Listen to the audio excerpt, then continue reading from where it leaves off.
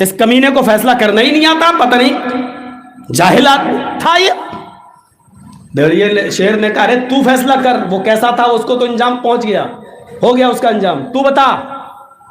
لومڑی نے کہا بھائی جنگل کے راجا آپ ہیں, تینوں جانور آپ کھائیں گے بھائی, آپ کا حق ہے, آپ جنگل کے راجا ہیں. ہرن آپ صبح کھا لیجئے, بکری آپ شام کو کھا لیجئے, منہ کا ٹیسٹ اور ذائقہ بدلنے کے لیے دوپہر میں آپ خرگوش کھا لیجئے. تینوں جانور آپ کے, آپ کھائیے, آپ نہیں کھائیں گے تو کون کھائے گا. شیر نے بھیڑیے لومڑی کی پیٹھ تھپ تھپائی, واہ واہ واقعی تو نے سچا فیصلہ کیا ہے. لومڑی اتنا اچھا فیصلہ کرنا تو نے کہاں سے سیکھا؟ اس نے کہا حضرت اسی بھیڑیے سے سیکھا.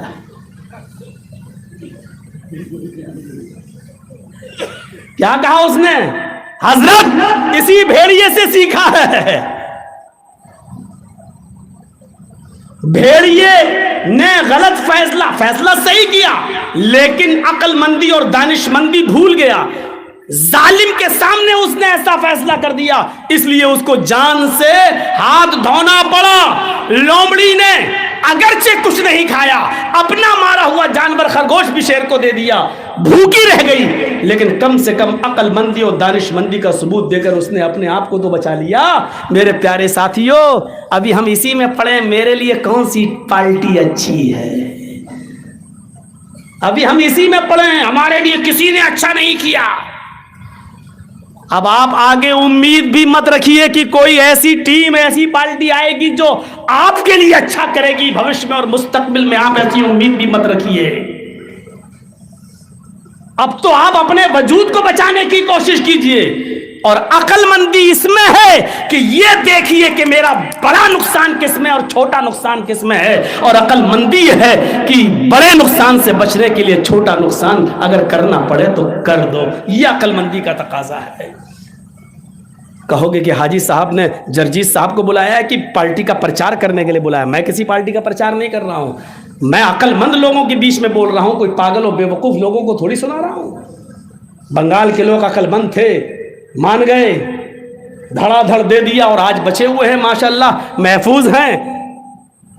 اور کہیں وہ ڈیفیٹ کھا جاتے, غلطی کر جاتے, تو آج ان کا وہی حال ہوتا کہ 10 خود مولانا جرجیس کے مسجد میں لگے ہوئے 10 مائک میں سے 8 مائک اتروا دیے گئے, اور جرجیس صاحب کچھ نہیں کر پائے. صرف 2 مائک آج ہماری مسجد میں رہ گئے.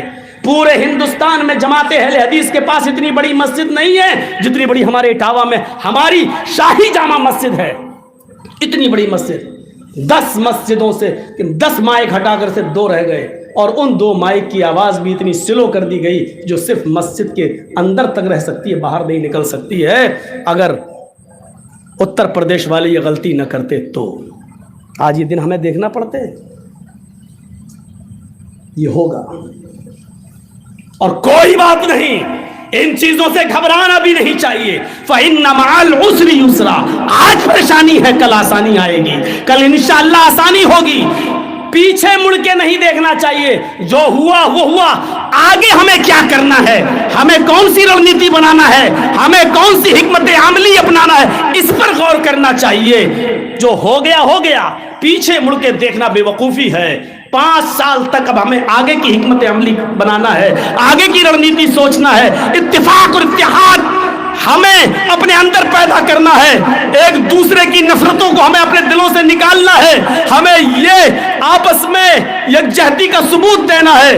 ان چیزوں کو ختم کرنا ہوگا کہ تیری مسجد میں میری نماز نہیں, میرے مسجد میں تیری نماز نہیں. ہمیں ان تمام چیزوں کو نظر انداز کرتے ہوئے اتفاق اور اتحاد کے ایک پلیٹ فارم پہ آنا ہوگا, یکجہتی کا ثبوت دینا ہوگا, تفرقہ مٹانا ہوگا, گٹ بندی کو ختم کرنا ہوگا. ایک دوسرے کو کافر کے فتوے جو ہم بہت جلدی دے دیتے ہیں, جو تھوک کے بھاؤ میں بکتے ہیں 100 200 روپے میں, ہمیں ان تھوک کے بھاؤ میں بکنے والے فتووں کو روکنا پڑے گا میرے بھائیوں, تبھی ہم آگے کچھ کر سکتے ہیں.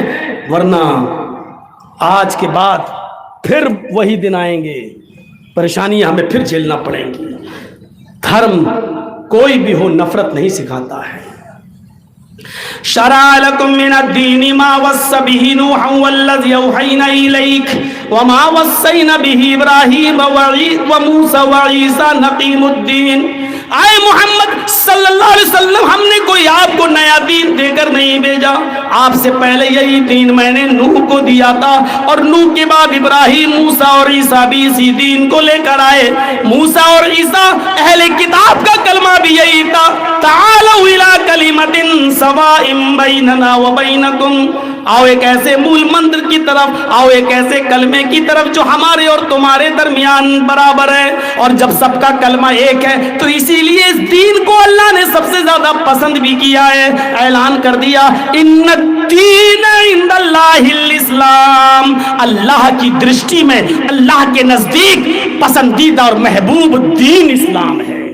اللہ کی درشٹی میں، اللہ کے نظر میں محبوب اور پسندیدہ دین اسلام ہے۔ یہی اسلام جو آدم سے لے کر محمد صلی اللہ علیہ وسلم تک سارے نبی لے کر آئے، یہی اللہ کو پسند ہے۔ اور اسی دین کے بارے میں فرمایا وَمَن يَبْتَغِ غَيْرَ الْإِسْلَامِ دِينًا فَلَن يُقْبَلَ مِنْهُ، جو اس دین کو چھوڑے گا اور دوسرا دین تلاش کرے گا، آدم سے لے کر محمد رسول اللہ تک تمام نبیوں کا لایا ہوا دین اسلام، جو اسلام سے منہ چرائے گا، جو اسلام سے منہ پھیرے گا، جو اسلام سے دور جائے گا، اسلام کو چھوڑ کر کوئی دوسرا دین تلاش کرے گا، کوئی دوسرا مذہب تلاش کرے گا، کوئی دوسرا راستہ اختیار کرے گا، فَلَن يُقْبَلَ مِنْهُ، تو وہ راستہ، وہ دین اس کا ہرگز قبول نہیں کیا جائے گا۔ کیوں کیا جائے گا؟ جب آدم کا دین یہی، نوح کا دین یہی، موسیٰ کا دین یہی، عیسیٰ کا دین یہی، اور میں کھل کر کہہ دوں کرشن جی کا دھرم یہی، رام چندر جی کا بھی دھرم یہی، تو کیوں آدمی کوئی دوسرا دین تلاش کرے گا؟ مین چیز عبادتیں ہیں، توحید ہے، تو وہ دیکھ لیجئے ہر مذہب کے اندر توحید موجود ہے۔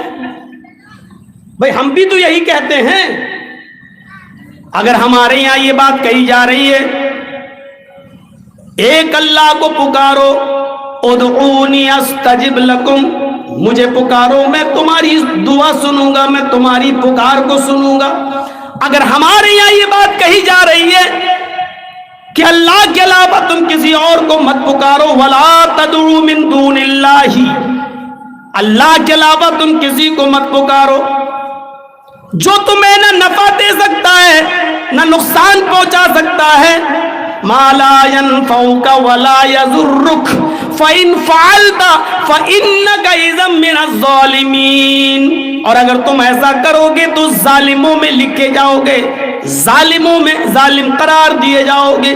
جب ہمارے یہاں یہ لکھا ہے تو یہی چیز تو آپ کے یہاں پر بھی لکھی ہوئی ہے، یچتیو یو پممہ نستسما دیوی شوری ریشا، جو کچھ بھی مانگ رہا ہے اس سے مانگو، دو بار یچتیو یو پممہ، جو کچھ بھی مانگنا اس سے مانگو، وہی دینے والا ہے۔ نستسما دیوی شوری ریشا، نستسما دیوی شو، کوئی بھی دیوی دیوتا نہیں ہے اس کے اترکت، اس کے علاوہ ری رشا تمہیں کچھ بھی دے سکے۔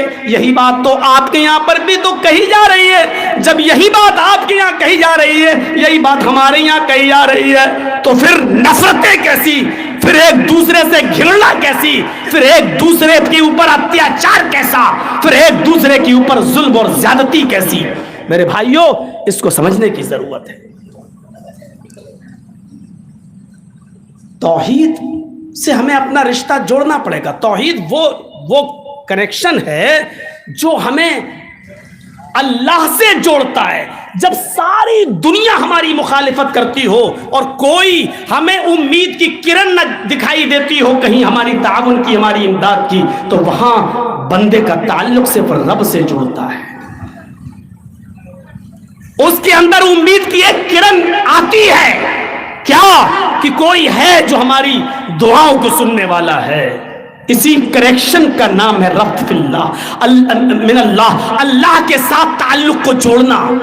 یہ توحید ہمیں درس دیتی ہے۔ اور یہ آپ جانتے ہیں نا، بہت اچھی طریقے سے سن لو، انسان کے ہاتھ میں نہیں ہے کسی کو موت دینا اور کسی کو جلانا۔ یہ تصور نکال دیجئے آپ، کیا ہوگا مولانا صاحب، بڑے ظلم و زیادتی ہو رہی ہے، یہ ہمیں کچا نہیں، یہ کسی کے ہاتھ میں نہیں ہے کہ کسی کو موت دے دے اور کسی کو زندگی دے دے۔ اللہ کے سارے کام حکمت سے بھرے پڑے ہیں. ایک دہریہ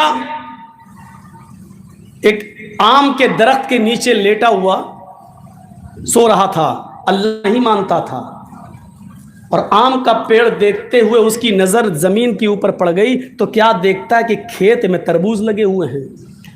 تو اس نے کہا کہ دیکھو اللہ بھی کتنا بڑا بے وقوف اور پاگل ہے, جو بڑا پھل ہے اس کو پیڑ پہ لٹکانا چاہیے تاکہ کوئی چوری نہ کر لے جائے, تو بڑا پھل تو یہاں لگا دیا زمین پر تربوز, اور جو چھوٹا پھل ہے آم وہ پیڑ پہ لٹکا دیا, جبکہ حفاظت بڑے پھل کی کرنا چاہیے تھی اور کر رہا ہے چھوٹے پھل کی. تربوز تو کوئی بھی اٹھا کے لے جا سکتا ہے, تو تربوز کو پیڑ پہ ہونا چاہیے تھا اور آم کو زمین پر. اب دہریہ تھا, ابھی تھوڑی دیر لیٹا تھا کہ آنکھ کھلی, ہوا چلی, اچانک ایک آم ٹوٹ کر اس کی ناک پہ گرا. اب اس کی کھوپڑی ٹھکانے آ گئی. نہیں, اللہ نے بالکل ٹھیک ہی کیا ہے. اگر اس پیڑ پر تربوز لگا ہوتا اور اگر یہ ٹوٹ کر گرتا تو نہ میری ناک بچتی نہ دانت بچتا, دونوں ٹوٹتا. تو کھوپڑی بالکل ٹھکانے آ گئی اس کی. وہ سمجھ گیا کہ اللہ کا ہر کام حکمت سے بھرا پڑا ہے. انشاءاللہ ان لوگوں کی کھوپڑی میں بہت جلدی یہ بات آئے گی کہ ہم کس کو ٹارگٹ بنا رہے ہیں کس کو نہیں, کیونکہ اتہاس اور تاریخ گواہ ہے حکومت اور سلطنتیں کفر کی بنیادوں پر تو چلی ہیں لیکن ظلم اور زیادتی کی بنیادوں پر زیادہ دن نہیں ٹک سکی ہیں. نہ نمرود کی ٹک سکی, نہ فرعون کی ٹک سکی, نہ ہٹلر کی ٹک سکی. یہ تاریخ گواہ ہے اس بات پر, اتہاس گواہ ہے اس بات پر, اور اس بات کو یہ بھی مانتے ہیں ظالم لوگوں کی ظلم و ستم کی داستانیں زیادہ دنوں تک نہیں ٹکتی ہیں.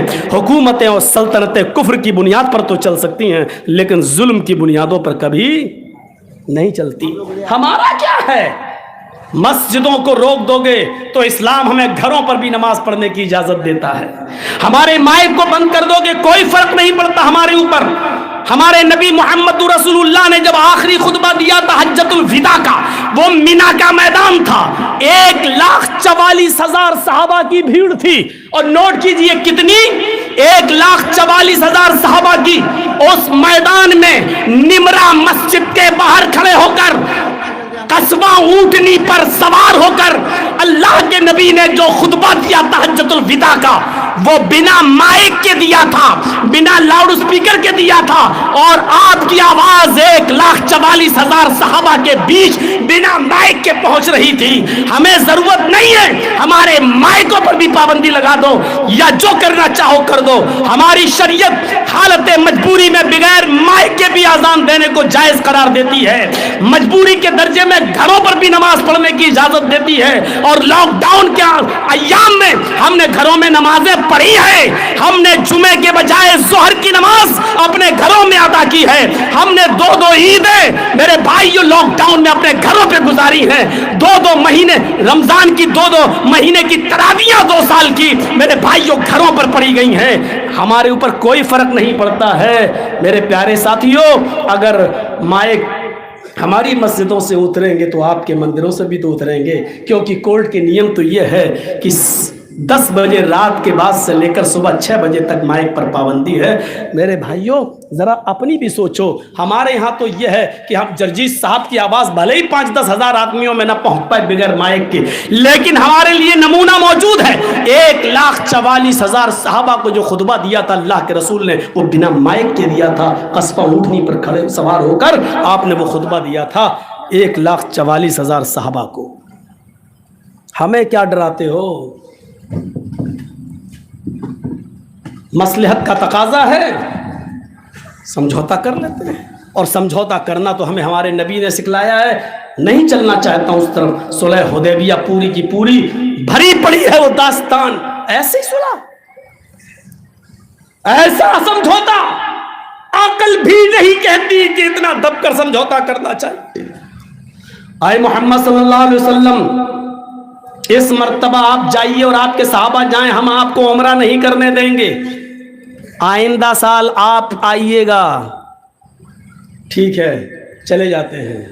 آئندہ سال آپ آئیں گے 3 دن سے زیادہ آپ کو مکے میں رہنے کی اجازت نہیں دی جائے گی. یا اللہ، مکے میں ہمارے باپ دادا کے گھر آج بھی موجود ہیں اور ہم کو ہمارے گھروں سے روکا جا رہا ہے. ہمارے باپ دادا کی زمینیں آج بھی مکے میں پڑی ہوئی ہیں اور ہم ہی سے کہا جا رہا ہے کہ مکے میں 3 دن سے زیادہ نہیں رکنے دیا جائے گا. ہم ہی نے اس ملک کو آزاد کرایا ہے اور ہم ہی سے کہا جا رہا ہے کہ تمہیں اپنے دستاویز دکھانا پڑیں گے کہ تم اس ملک کے ناگرک ہو یا نہیں ناگرک. اس سے بڑا ظلم ہمارے اوپر اور کیا ہو سکتا ہے؟ لیکن اس کے باوجود اللہ کے نبی نے کہا ٹھیک ہے ہم 3 دن سے زیادہ مکے میں نہیں رکیں گے. اس سال نہیں جائیں، ٹھیک ہے جا رہے واپس. آئندہ سال ہم اور ہمارے صحابہ آئیں گے، ٹھیک ہے آئیے، لیکن 3 دن سے زیادہ مکے میں نہیں. کہا ٹھیک ہے. ہمارے آدمی، ایک اور شرط، ہمارے آدمی تلوار لے کر گھومیں گے ننگی کھلی ہوئی، اور آپ کے صحابہ تلوار لا تو سکتے ہیں لیکن تلوار میان میں ہوگی، کھلی ہوئی تلوار لے کر نہیں. ہمارے آدمی تلوار لے کر گھومیں گے لیکن آپ کے آدمی تلوار لے کر نہیں. آپ نے کہا ہم لڑنے کے ارادے سے آئیں گے ہی نہیں، اس لیے ہمیں تمہاری یہ شرط بھی منظور ہے. اور چوتھی شرط،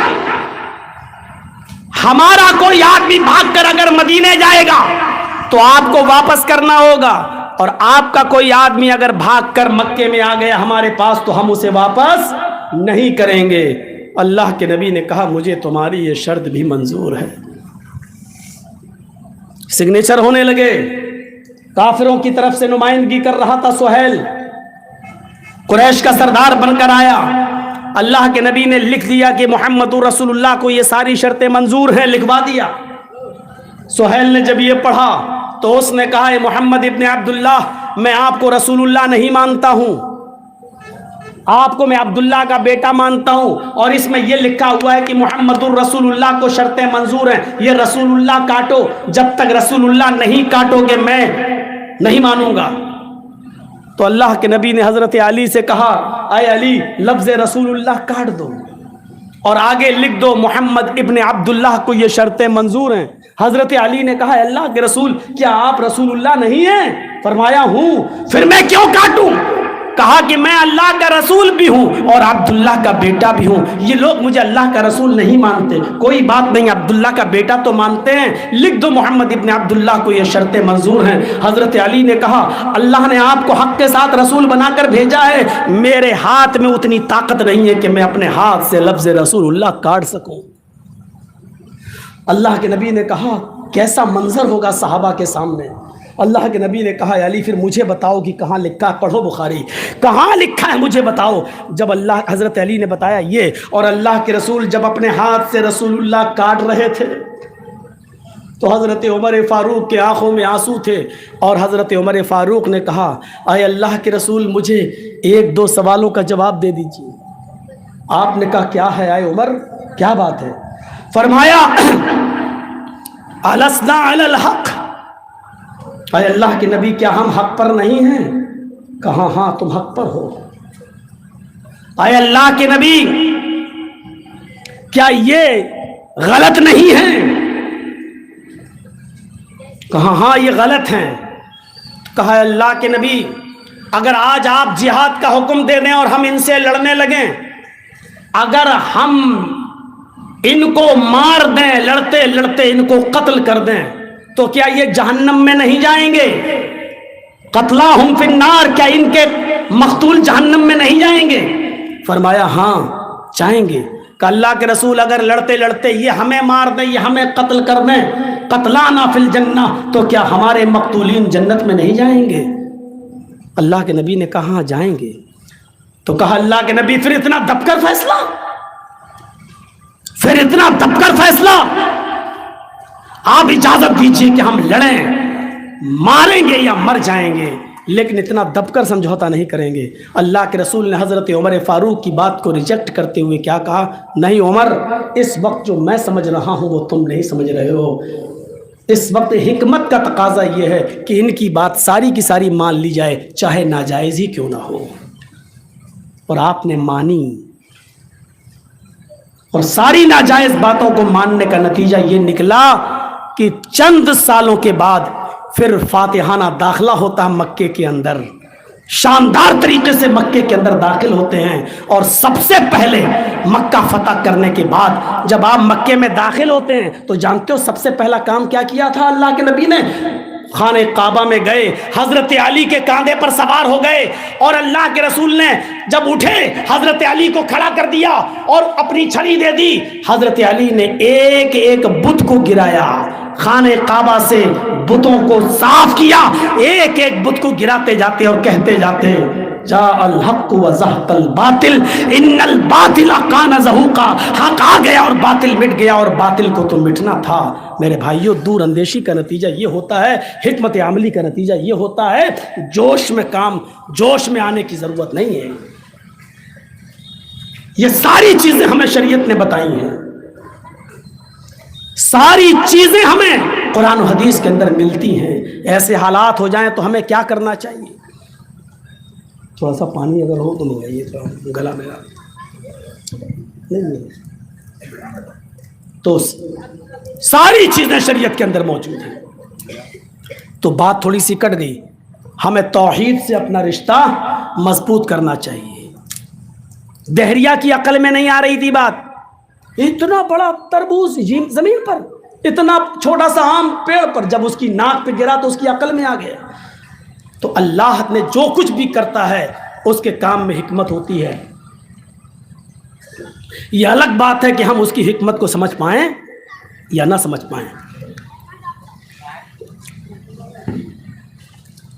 اپنی عقل کو اس حد تک دوڑائیے جس حد تک دوڑ سکتی ہے. ایک بات اور بتا دوں آپ کو, اپنی عقل کا استعمال اتنا زیادہ مت کیجئے جو عقل کے دائرے سے باہر ہو.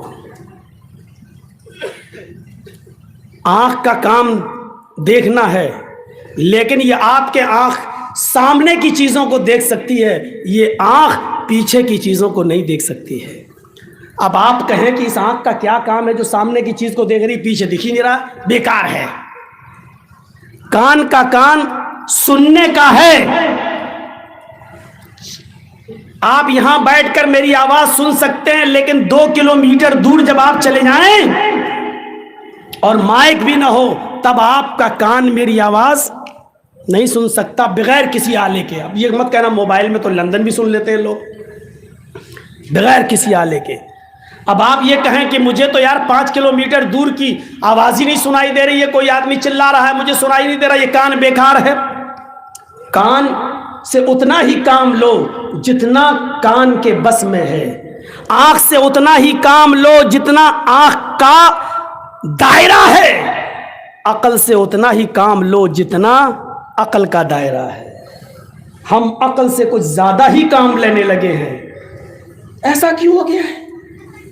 یہ آپ کا کام نہیں ہے. اسلام نے ایک مرد کو 4 عورت رکھنے کی اجازت دے دی, لیکن ایک عورت کو 4 مرد رکھنے کی اجازت نہیں دی. اب آپ سوچو ایسا کیوں؟ یہ آپ کی عقل کا دائرہ نہیں ہے. آپ اس عقل سے اس حد تک مت سوچئے. سوچیں گے تو سمجھ لو کہ آپ اپنی آنکھ سے پیچھے کو چیزوں کو دیکھنے کا کام کر رہے ہیں جو نہیں دیکھ سکتے ہیں آپ. اللہ کے نبی نے فرمایا جب بچہ ماں کے پیٹ سے پیدا ہو, لڑکا ہے اور لڑکی 2 ہی ہوتا ہے, لڑکا یا لڑکی, اگر بچہ پیشاب کر دے تو بچے کے لڑکے کے پیشاب کی جگہ پر پانی کا چھینٹا مارا جائے گا, لیکن لڑکی اگر آپ کے بیڈ پر یا بستر پر یا کپڑے پر پیشاب کر دے تو لڑکی کے پیشاب کو دھویا جائے گا. لڑکے کے پیشاب پر چھینٹے مارے جائیں اور لڑکی کا پیشاب دھویا جائے, ایسا کیوں ہے؟ اب آپ اس کے پیچھے پڑ جائیں گے تو آپ اپنی عقل سے اتنا کام لینا چاہتے ہیں جو آپ کی عقل کے دائرے میں نہیں ہے.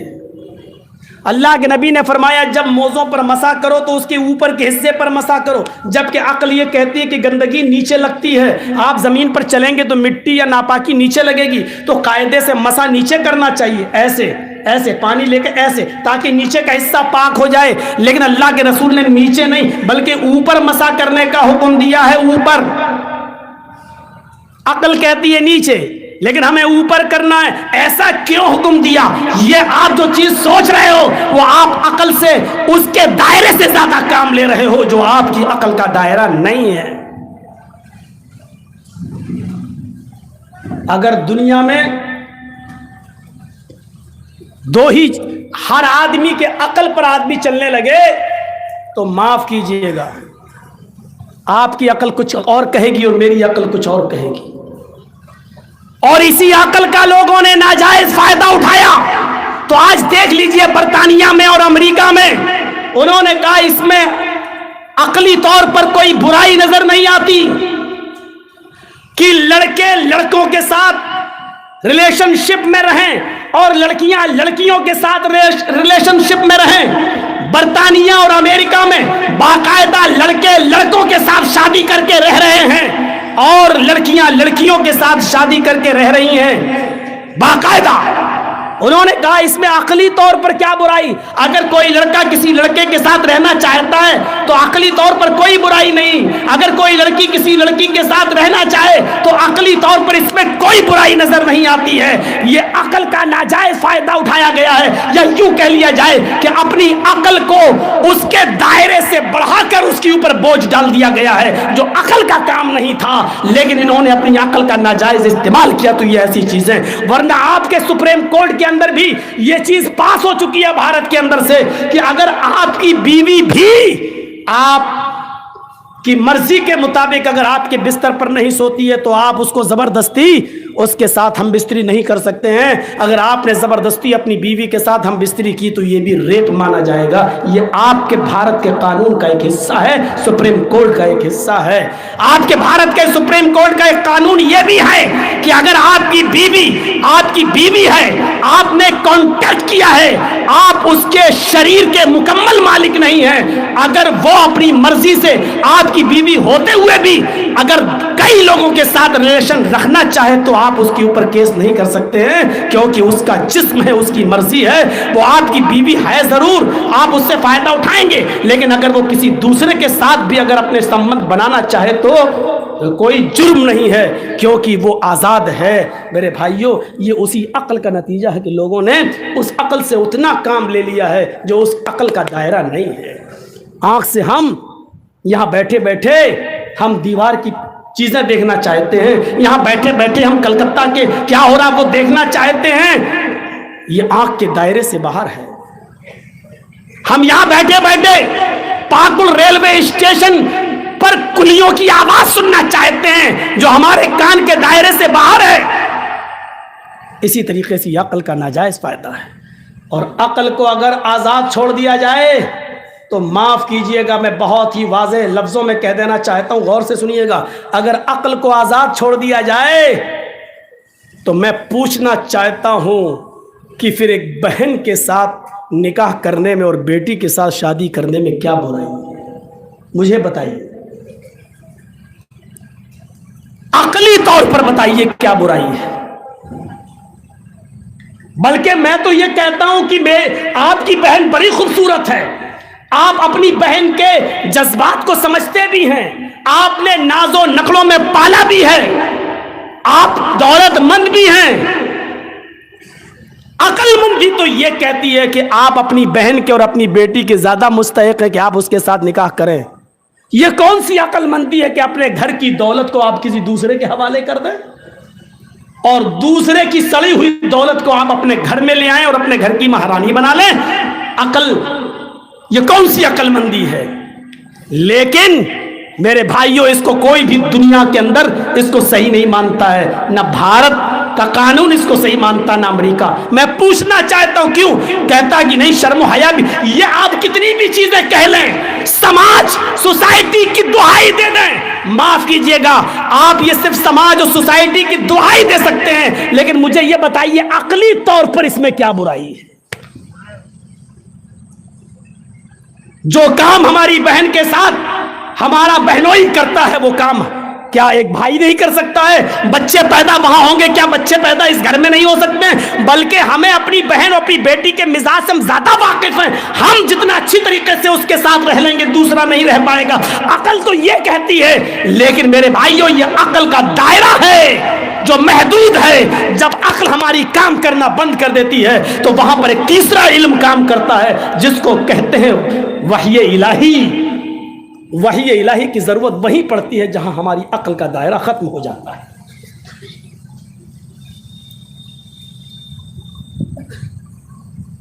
میرے بھائیوں اس بات کو سمجھنے کی کوشش کریے آپ. ہم جو چیز سوچیں ضروری نہیں کہ وہ سچ ہو، اس لیے عقل کا ناجائز استعمال کرنا چھوڑ دیجیے. یہ شریعت نے بتایا ہے کہ بہن کے ساتھ رشتہ تم نہیں کر سکتے ہو. یہ شریعت نے بتایا ہے، وحی الہی نے بتایا ہے کہ بیٹی کے ساتھ نکاح کرنا حرام ہے. یہ شریعت نے بتایا ہے کہ ماں کے ساتھ نکاح کرنا حرام ہے. یہ وحی الہی طے کرتی ہے کہ تم خالہ کے ساتھ نکاح نہیں کر سکتے ہو. یہ وحی الہی طے کرتی ہے کہ تم پھوپھی کے ساتھ نکاح نہیں کر سکتے ہو. عقلی طور پر کوئی برائی نہیں ہے، لیکن عقل کا ایک دائرہ ہے، اور جہاں عقل کا دائرہ ختم ہو جاتا ہے وہیں پر پھر ایک تیسرا علم کام آتا ہے، اور اس علم کا نام ہے وحی الہی. اس لیے اس دنیا کو ایک تیسرے علم کی ضرورت ہے، وحی الہی کی. دنیا کا نظام اگر اپنی اپنی عقلوں سے چلاؤ گے تو ہر انسان کی عقل ایک دوسرے سے الگ ہے، ایک دوسرے سے الگ ہے. ایک یہ کہے گا دوسرا وہ کہے گا. اس لیے جہاں ہماری عقل کام کرنا بند کر دے تب حکومت کا نظام ایک تیسرے علم سے چلایا جائے گا، اور وہ تیسرا علم ہے وحی الہی. پھر وہ شرعی نظام ہے. جب شرعی نظام نافذ ہوگا میرے بھائیوں وہاں پھر کسی کی عقل ختم ہو جائے گی، اس لیے کہ تمہاری عقل یہ کہتی ہے، اس کی عقل یہ کہتی ہے. ایک عقل کہتی ہے زناکار نے زنا کیا ہے اس کو 2-4 مہینہ جیل میں رکھ کے سزا دے دو. ایک عقل یہ کہتی ہے کہ نہیں، اس کو پتھروں سے مار مار کے ہلاک کر دو، اس کو اس سماج میں جینے کا حق نہیں ہے. کل تک اس سزا کو لوگ روڑی وادی سزا کہتے تھے، اور جب ہندوستان میں بھارت میں جب بلاತ್ಕಾರ اور ریپ کے کیس بڑھے تب راج ٹھاکرے کو بھی کہنا پڑا کہ اسلام کی سزا ان کے اوپر لاگو کرو، پتھروں سے مار مار کے ان کو ہلاک کر دو، ختم کر دو. میرے بھائیوں بتاؤ، ہماری عقل یہ کہتی ہے کہ چور کے ہاتھ کاٹ دینے کے بعد وہ بیچارہ مجبور ہو جاتا ہے، پھر کمانے کے لائق نہیں ہے، اس لیے چور کے ہاتھ نہیں کاٹنا چاہیے. اگر ہاتھ کاٹ دیں گے تو زندگی بھر پھر وہ محنت نہیں کر سکے گا، مزدوری نہیں کر سکے گا. ایک عقل یہ کہتی ہے کہ چور کا ہاتھ نہیں کاٹنا چاہیے. ایک عقل یہ کہتی ہے کہ اگر چور کا ہاتھ کاٹ دیا جائے گا تو پھر تمام لوگوں کے سامان کو اور مال کو چوری سے محفوظ کر لیا جائے گا. پھر کسی کی ہمت نہیں پڑے گی کہ وہ کسی کے مال کی چوری کرے، کیونکہ اس کی سزا دیکھنے کے بعد پھر چوروں کے حوصلے پست ہو جائیں گے. ایک عقل یہ کہتی ہے، اب بتائیے کون سی عقل کو کام میں لایا جائے. اس لیے جب انسانوں کی عقلیں ٹکرانے لگیں تو وہاں ایک تیسرا علم کام آتا ہے، اور اس علم کا نام ہے وحی الہی. پھر کتاب و سنت اور شرعی نظام کے تحت نظام کو چلایا جائے، ملکی نظام کو. جیسے اس دہریے نے سوچا اپنی عقل سے کہ اتنا سا پھل تو اوپر اتنا بڑا نیچے، جب ناک پہ گرا تب ہوش ٹھکانے آ گئے. آپ جو چاہیں، مجھے معلوم ہے سن 1957 کا تقریباً واقعہ ہے، 57 کا واقعہ، 1957 کا. چھوٹی لائن چلتی تھی، چھوٹی لائن گورکھپور سے گونڈا کے لیے چھوٹی لائن ایک چلتی تھی، اور وہ کوئلے والا انجن اس میں لگا ہوتا تھا پہلے. تو جب اس میں گاڑیاں، جب ایک ٹرین، اس کا ڈرائیور ہے محمد قاسم نام کا، سنیے، محمد قاسم نام کا ڈرائیور گاڑی ٹرین چلا رہا ہے، اور جب ٹرین گورکھپور سے بڑھنی اور بڑھنی کو کراس کرتے ہوئے جب وہ کوا پور اسٹیشن کے پاس سے گزری، تلسی پور کے پاس سے ایک پل تھا، اس پل کے پاس کو کراس کرنے کے بعد آگے بڑھتی ہے تو ٹرین ڈرائیور نے، محمد قاسم نے دیکھا کہ 17-18 سال کی ایک لڑکی دوڑتی ہوئی چلی آ رہی ہے، اور وہ ٹرین کی پٹری کے نیچے آ کر لیٹ گئی ہے، خودکشی کرنا چاہتی ہے. ٹرین کے ڈرائیور نے ہیوی بریک لگائے، کوشش کی کہ ٹرین کو روکیں، لیکن چونکہ وہ زیادہ دور نہیں تھی لڑکی، اس لیے ڈر تھا کہ ہم بریک ایک دم تو بریک لگیں گے نہیں، بریک دھیرے ہی دھیرے لگتے ہیں ٹرین کے. لیکن اس نے کوشش کر کے ٹرین کے بریک کو لگانے کی کوشش کی، ہیوی بریک لگائے، اور بریک لگانے میں وہ کامیاب ہوا. جب اس نے پیچھے دیکھا تو کیا دیکھتا ہے کہ لڑکی میں اور ٹرین کے پہیے میں صرف ایک بالشت کا ایک بتے کا فرق ہے. لڑکی ٹرین کے پہیے کے نیچے ہے لیکن ایک بالشت رہ گئی ہے. اگر ایک بالشت اور گاڑی آگے بڑھ جاتی تو لڑکی کے اوپر چڑھ جاتی. ٹھنڈی سانس لی کہ لڑکی بچ گئی. ٹرین کا ڈرائیور نیچے اترتا ہے. اتنے میں کھیت میں کام کرنے والے لوگ اس لڑکی کو بچانے کے لیے جب دوڑتے ہیں تو ٹرین کے ڈرائیور کے ساتھ ساتھ لوگ وہاں جمع ہیں. جب اس لڑکی کو اٹھایا جاتا ہے اس کی سانس سونگی جاتی ہے, دل کی دھڑکن دیکھی جاتی ہے تو پتہ چلتا ہے کہ لڑکی ہارٹ اٹیک سے مر چکی ہے. ٹرین اس کے اوپر نہیں چڑھی لیکن ٹرین کی پہیے کا خدشہ اس لڑکی کو لے ڈوبا, یہ سوچتے ہوئے کہ ہم مریں گے تو کیسے مریں گے. ٹرین چند قدموں پر ہے, اس سے پہلے کہ پہیا اس کے اوپر چڑھتا اس کو اٹیک پڑا اور وہ مر گئی.